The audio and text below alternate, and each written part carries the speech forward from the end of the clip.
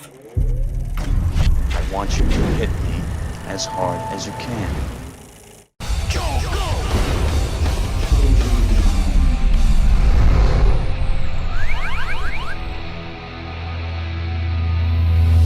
Boy, for a group of superheroes as popular as the Fantastic Four are, Hollywood sure can find a good movie to build around them, can they? The first time they tried, the movie never got released. The second time they tried, well, we'll get to that in a sec. But now for the third and maybe final time, Chronicle director Josh Trank has released his take on the Fantastic Four. And the reviews for it are so bad that even its director is saying on Twitter that it is a piece of shit. Yeah. But it's hard for me to believe that there will be anything worse than the dynamic duo of garbage that are the two Fantastic Four movies from director Tim Story. And today we're looking at the 2007 sequel which prompted this franchise to get rebooted, Rise of the Silver Surfer.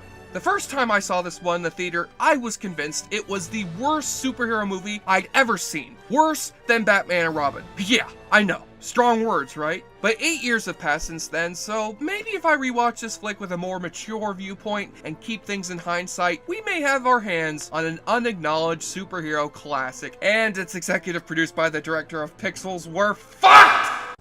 Ah, crap. So, seeing as this movie is called Fantastic Four, let us reintroduce ourselves to the Fantastic Four. The stretchy Mr. Fantastic, played by Ioan Gruffudd, the transparent Invisible Woman, played by Jessica Alba, the Rocky Thing, played by Michael Chiklis, and the Flaming Human Torch, played by Chris Evans. Ever since the first movie, these four have become far more used to their radiation-induced superpowers. So much so that Mr. Fantastic and the Invisible Woman are planning to finally get married, with no world-destroying chaos to get in the way this time. But a mysterious alien happens to arrive on Earth around this time, causing citywide blackouts and frozen over oceans. The army reaches out to Mr. Fantastic so he can apply his vast scientific knowledge in capturing this destructive alien, but he refuses. I'm afraid I can't. You see, I'm getting married this Saturday.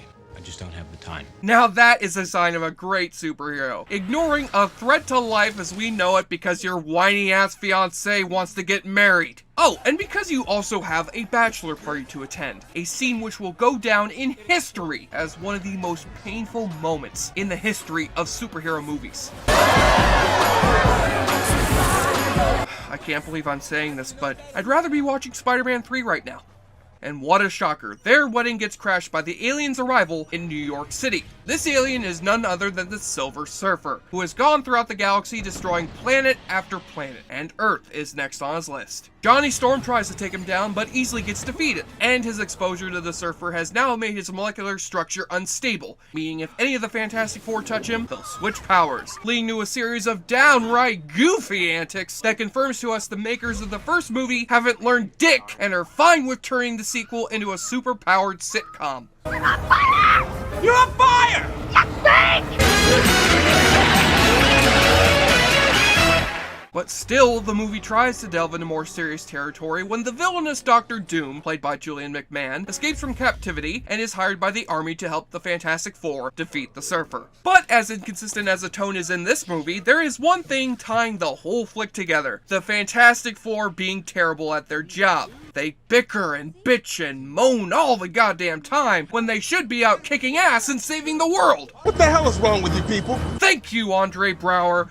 Thank you. And it doesn't help that Ioan Gruffudd and Jessica Alba just cannot cut it in the acting department. And seriously, Jessica Alba looks fuck damn weird with that blonde wig and those blue contacts. You are a dark complexioned Mexican, not a light white American. Whoa!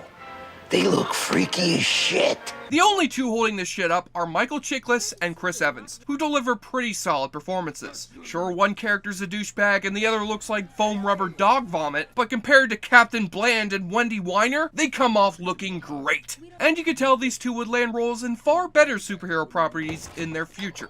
And Doug Jones does what he can with the Silver Surfer. He looks amazing in the part. But considering his backstory lasts all of 2 minutes, and he's dubbed over by Lawrence Fishburne for no good reason, All that you know is at an end. he doesn't do enough to save this movie. And did I mention they turned Galactus into a fart in this movie? Oh, I didn't? Okay then, they turned Galactus into a fart in this movie. And on top of this shit sundae is the fact it's rated PG.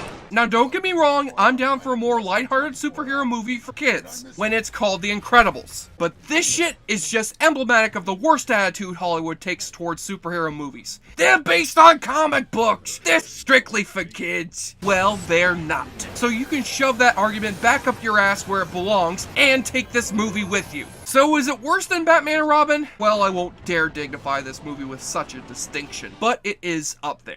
But if people are to be believed, this is at least a better Fantastic Four flick than the one which is in theaters now. Man, 20th Century Fox, 3 times to get this franchise right, and you fucked them all up! I just have to ask you guys, What the hell is wrong with you people? it's clobbering time! By that I mean, it's time to clobber down several glasses of your booze of choice so you can play the awfully good drinking game! Take a shot or drink every time they deliver some technobabble exposition bullshit we don't care about. It seems to radiate cosmic energy when I've been cross-referencing the surface radiation. You have to get to the board and lead it away from here before it's too late. So what you're really saying is... Blah, blah, blah. Proper name, place name, backstory stuff. Ah, gotcha. Duly noted. They mentioned the Silver Surfer's board. His board, like a surfboard type thing. You're bored? Yep, that's pretty much the one word to describe how this movie makes me feel. Bored! Johnny Storm touches someone and switches their powers around, and a bunch of hijinks Wait a minute, is Chris Evans wearing thing hands? Holy shit! Really, movie? Really? And take a double shot when Stan Lee, of course, makes a cameo appearance. Name? Stan Lee. Yeah, nice try, buddy. No, Nice no, try. really, I'm Stan Lee. The same Stan Lee who was behind Stripperella in that canceled Arnold Schwarzenegger cartoon? Oh, hey look, it's Batman! Where? And on the duty watch, with this flick being rated PG and Jessica Alba playing a character named the Invisible Woman, I think you could tell any semblance of boobs in this flick is covered up by a strategically placed leg. Why does this always happen to me? Well, Jessica, because of all the cast members we would have wanted to see naked in this movie, nobody wanted Michael Chiklis to show us his dick. Liss. On the enjoyableness continuum scale from Bold to Bruce, Fantastic Four, Rise of the Silver Surfer, wipes out in the sea of superhero movies and hangs 3 out of 10. If only there was an image that could illustrate how this movie made me feel. Yeah, that seems about right. I'm Jesse Shade for JoBlo.com, and as much as this new Fantastic Four is getting slammed by critics, don't you worry. Surely it'll have had a big opening at the box office and saved this franchise from going extinct. Ah, crap. Joe Blow, he sure likes to drink a lot. Joe Blow watches movie like the hero man. Joe Blow, he's not too... Hey everyone, Jesse Shade here from Awfully Good Movies. Thank you so much for watching. If you want to see me take on more good bad movies, click on any of the links you see here, or subscribe to see this show alongside all the great content that we offer here at JoBlo.com. And remember, I love you. Wait, that sounded wrong. But I do love you though.